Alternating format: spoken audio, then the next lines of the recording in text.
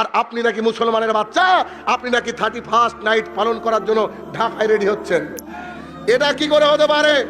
আপনি যদি মুসলমান হন, আপনার আব্বার নাম যদি আব্দুর রহমান হয়, আপনার আব্বার নাম যদি আব্দুর রহিম হয়, আপনার মার নাম যদি মা আমিনা হয়, খবরদার, আপনি মুসলমান, আপনি এটাকে লালন করতে পারেন না, এটাকে পালন করতে পারেন না। এটা পালন করার শিরক, এটা পালন করার শিরক, এটা পালন করার শিরক। প্রত্যেকটা আলেমকে এভাবেই কথা বলতে হবে যে এই 31st নাইট পালন করার শিরক, আর জানুয়ারির 1 তারিখে হ্যাপি নিউ ইয়ার বলা শিরক।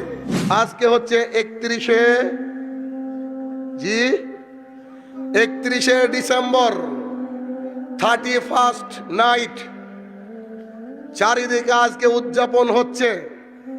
আজকে 31শে ডিসেম্বর, তাই আজকে আমার আলোচনার বিষয় বিজাতীয় সংস্কৃতি।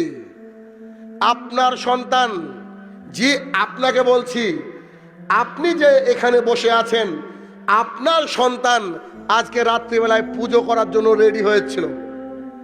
আপনার সন্তান আজকে রাত্রিবেলায় এখনো পুজো করার জন্য মাল সামানকে রেডি করছে। জি এই কথা কি অস্বীকার করতে পারেন? 31st নাইট, এই যে রাত্রিবেলা, এই রাত্রিবেলায় বহু মা বোনদের সতীত্ব নষ্ট হয়। বহু ছেলে মেয়েরা আজকের দিনে অবাধ মেলামেশা করে। সারা রাত্রি যাবত পোলাও কোরমা রান্না করা হয়, ডিজে বাজানো হয়, এবং সেই সাথে একে অপরের সতীত্ব নষ্টের খেলায় মেতে ওঠে। শুধু বাংলাদেশ নয়, বরং সমগ্র বিশ্বে এই দিনটাকে লালন পালন করা হচ্ছে। আজকে রাত্রিবেলায় বহু বাঙালি মায়ের সন্তানরা তাদের সতীত্বকে হারিয়ে ফেলবে। বহু কোমলমতি শিশুরা আজকের দিনে নষ্টামি, ভণ্ডামি, লুচ্চামি শিখবে। আজকের রাতটা অতীব ভয়ঙ্কর রাত। আপনার ছেলে বোন মনে করছে যে আমি আমার বান্ধবীকে পাঠালাম হ্যাপি নিউ ইয়ার। ও ভাবছে আজকের বছরটা শেষ হয়ে যাচ্ছে, 2021 রান্না করে রাত্রি 12টা 1 মিনিটে ডিজে বাজিয়ে 2022-এর প্রথম খাবার খাবে। এরকম চিন্তাধারা নিয়ে আপনার সন্তানরা রেডি হচ্ছেন। আপনাকে জানানোর জন্য এত দূর জার্নি করে আসা। আপনাকে আমি একটু দেখাই। এই যে 31শে ডিসেম্বর যখন কোনো দিবস ইসলামে পালিত হয়, সেটা হারাম। ইসলামে কোনো দিবস পালনের রাস্তা রাসূল সাল্লাল্লাহু আলাইহি সাল্লাম রেখে যাননি। যদি ইসলামে দিবস পালনের রীতি চালু থাকতো, তো আমাদের কাছে সবচেয়ে গুরুত্বপূর্ণ দিন হতো মক্কা বিজয়ের দিবস। হাজার হাজার মানুষ রাসূল সাল্লাল্লাহু আলাইহি ওয়াসাল্লাম এবং ওই সব সাহাবী যাদের উপরে আল্লাহ সুবহানাহু ওয়া তাআলা রাজি খুশি হয়ে গিয়েছিলেন, ওই সব সাহাবীকে দিনের পর দিন কষ্ট দিয়ে নিজের মাতৃভূমি থেকে বিতাড়িত করার পর, দীর্ঘদিন পর যখন মুহাম্মদ সাল্লাল্লাহু আলাইহি ওয়াসাল্লাম অনেকগুলা সৈন্য নিয়ে মক্কার বুকে পদার্পণ করলেন, মক্কার বুকে পদার্পণ করে সেই দিনটার নাম ছিল মক্কা বিজয়ের দিন। সেই দিন রাসূল সাল্লাল্লাহু আলাইহি ওয়াসাল্লামের কোনো সাহাবী পিকনিক মানাননি। সেই দিন রাসূল সাল্লাল্লাহু আলাইহি ওয়াসাল্লামের কোনো সাহাবী ভণ্ডামিতে নিমজ্জিত হননি। বরং রাসূল সাল্লাল্লাহু আলাইহি ওয়াসাল্লামের হাতে একটা লাঠি ছিল, তিনি কাবার মধ্যে প্রবেশ করলেন। তারপরে এই যে বাপদাদার প্রচলিত মূর্তি পূজা, এই মূর্তি পূজার গায়ে এক একটা আঘাত করছিলেন আর বলছেন ওয়াকুল জাল হক ওয়া জাকাল বাতিল ইন্নাল বাতিলা কানা জাহুকা। সত্য আর মিথ্যা যখন পাশাপাশি দাঁড়ায়, সত্য মিথ্যাকে একদম পদদলিত করে ফেলে, আর মিথ্যার কাজই হচ্ছে চূর্ণ বিচূর্ণ হওয়া। আজকের রাত্রিবেলায় আপনি আপনার কুসংস্কারকে চূর্ণ বিচূর্ণ করার জন্য আপনার জন্ম, আর আপনি নাকি মুসলমানের বাচ্চা, আপনি নাকি 31st নাইট পালন করার জন্য ঢাকায় রেডি হচ্ছেন। এটা কি করে হতে পারে? আপনি যদি মুসলমান হন, আপনার আব্বার নাম যদি আব্দুর রহমান হয়, আপনার আব্বার নাম যদি আব্দুর রহিম হয়, আপনার মার নাম যদি মা আমিনা হয়, খবরদার, আপনি মুসলমান, আপনি এটাকে লালন করতে পারেন না, এটাকে পালন করতে পারেন না। এটা পালন করার শিরক, এটা পালন করার শিরক, এটা পালন করার শিরক। প্রত্যেকটা আলেমকে এভাবেই কথা বলতে হবে যে এই 31st নাইট পালন করা শিরক, আর জানুয়ারির 1 তারিখে হ্যাপি নিউ ইয়ার বলা শিরক। দলিল এই যে 31st নাইট, এইটা পৃথিবীর বুকে প্রথম শুরু হয় রোমে। এই 31st নাইট রোমের অগ্নি পূজকরা একটা দেবীর তারা পুজো করত, যার নাম হচ্ছে জানুস। ওই জানুস একটা দেবী, যার দুই দিকে দুটো মাথা। তারা মনে করত আজকে যদি আমরা জানুস দেবতাকে খুশি করতে পারি, তাহলে পেছনের যে গোনা করেছি আর সামনে যে একটা দিন আসছে, দেবতাকে যদি খুশি করা হয়, ও তো জানুয়ারির দেবতা, আরে জানুস থেকে তো জানুয়ারি এসেছে, ও তো জানুয়ারির দেবতা, যদি প্রথম দিনটা তাকে আমরা খুশি করতে পারি, আমাদের সারা বছর নাকি ভালো যাবে। যারা আজকে হ্যাপি নিউ ইয়ার বলবে, যারা আজকে 31st নাইটকে পালন করবে, যারা একে অপরকে গ্রিটিংস বিনিময় করবে, যারা হোয়াটসঅ্যাপ, ফেসবুক, ইনস্টাগ্রামে এই রকমের মেসেজ সেন্ড করবে, তারা হচ্ছে জানুসের মূর্তি পূজক, তারা হচ্ছে জানুসের মূর্তি পূজক। মূর্তি পূজা করে কোনো বেটা মুসলমান থাকতে পারে না। সুতরাং এটাকে অ্যাভয়েড করতে হবে, এটাকে 100% এড়িয়ে চলতে হবে। আপনি যদি কাউকে 31st নাইটের শুভেচ্ছা জানান, জানুয়ারির 1 তারিখের শুভেচ্ছা জানান, তাহলে বুঝতে হবে আপনি তো অশিক্ষিত। কেন? আপনি বলছেন আশহাদু আল্লা ইলাহা ইল্লাল্লাহ ওয়া আন্না মুহাম্মাদুর রাসূলুল্লাহ, আল্লাহ ছাড়া হক সত্য কোনো মাবুদ নেই, এবং মুহাম্মদ সাল্লাল্লাহু আলাইহি ওয়াসাল্লাম তার প্রেরিত বান্দা এবং রাসূল। এই কথা বলার পরে আপনি নাকি আজকে দেবী জানুসের পূজায় ব্যস্ত, তাহলে আপনি কিসের মুসলমান?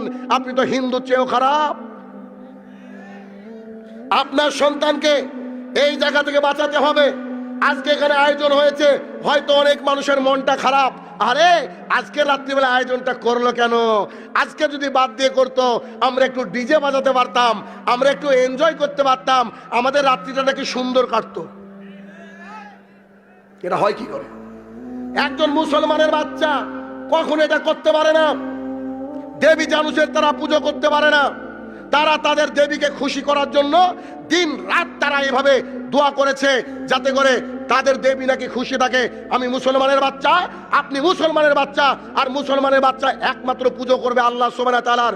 বাদ বাকি পৃথিবীর যত শক্তি আছে, যত অপশক্তি আছে, তাদের বিরুদ্ধে কথা বলা হচ্ছে একজন মুসলমানের জন্য নৈতিক কর্তব্য এবং দায়িত্ব। আপনাকে যদি কোনো মায়ের বেটা, কোনো সন্তান বলে হ্যাপি নিউ ইয়ার, তাকে আপনি বলুন, শুনুন আমি মুসলমানের সন্তান, আমার বাপ দাদা 14 গোষ্ঠী মুসলমান, আমাকে খবরদার হ্যাপি নিউ ইয়ার বলবেন না। আর যদি হ্যাপি নিউ ইয়ার বলেছেন, ফেসবুক থেকে আমি ব্লক করে দেবো। পারা যাবে না কথা বলতে? জি, পারা যাবে না। আপনার ভালোবাসা তাদের সাথে থাকে কি করে? রাসূল সাল্লাল্লাহু আলাইহি ওয়াসাল্লাম বলছেন তোমাকে ইহুদিদের বিরোধিতা করতে হবে। সাহাবায়ে কেরামকে বললেন, সাহাবীরা শোনো, তোমাদেরকে ইহুদিদের বিরোধিতা করতে হবে। সাহাবায়ে কেরাম কেমন খেপেছে একটু খেয়াল করুন। রাসূল সাল্লাল্লাহু আলাইহি ওয়াসাল্লাম যখন মক্কা থেকে মদিনায় আসছেন, দেখলেন যে ওখানকার মানুষেরা সিয়াম পালন করছে। রাসূল সাল্লাল্লাহু আলাইহি ওয়াসাল্লাম বলছে, জনাব আজকের দিনে সিয়াম পালন কেন, ঘটনা কি?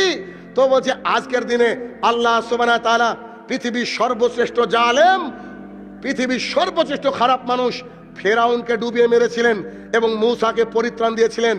তাই আজকের দিনে আমরা সিয়াম পালন করছি।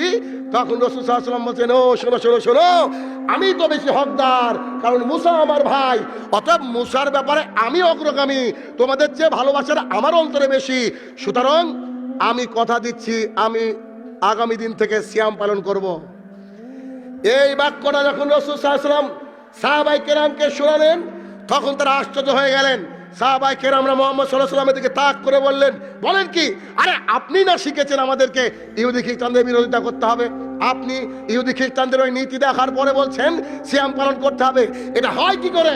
সাহাবায়ে কেরামকে একটা শিক্ষা দিয়েছেন, শিক্ষার বিপরীত চলে গিয়েছে, মনে হচ্ছে তাদের কাছে বিপরীত। তখন রাসূল সাল্লাল্লাহু আলাইহি ওয়াসাল্লামকে তারা অ্যাটাক করলো এই প্রশ্নের মাধ্যমে, বলেন কি? আপনি বলছেন ইহুদি খ্রিস্টানের বিরোধিতা করতে হবে, আমাদের রক্তের সাথে মিশে আছে ইহুদি খ্রিস্টানের বিরোধিতা করা, আমাদের রক্তের সাথে মিশে আছে ইহুদি খ্রিস্টানের বিরোধিতা করা।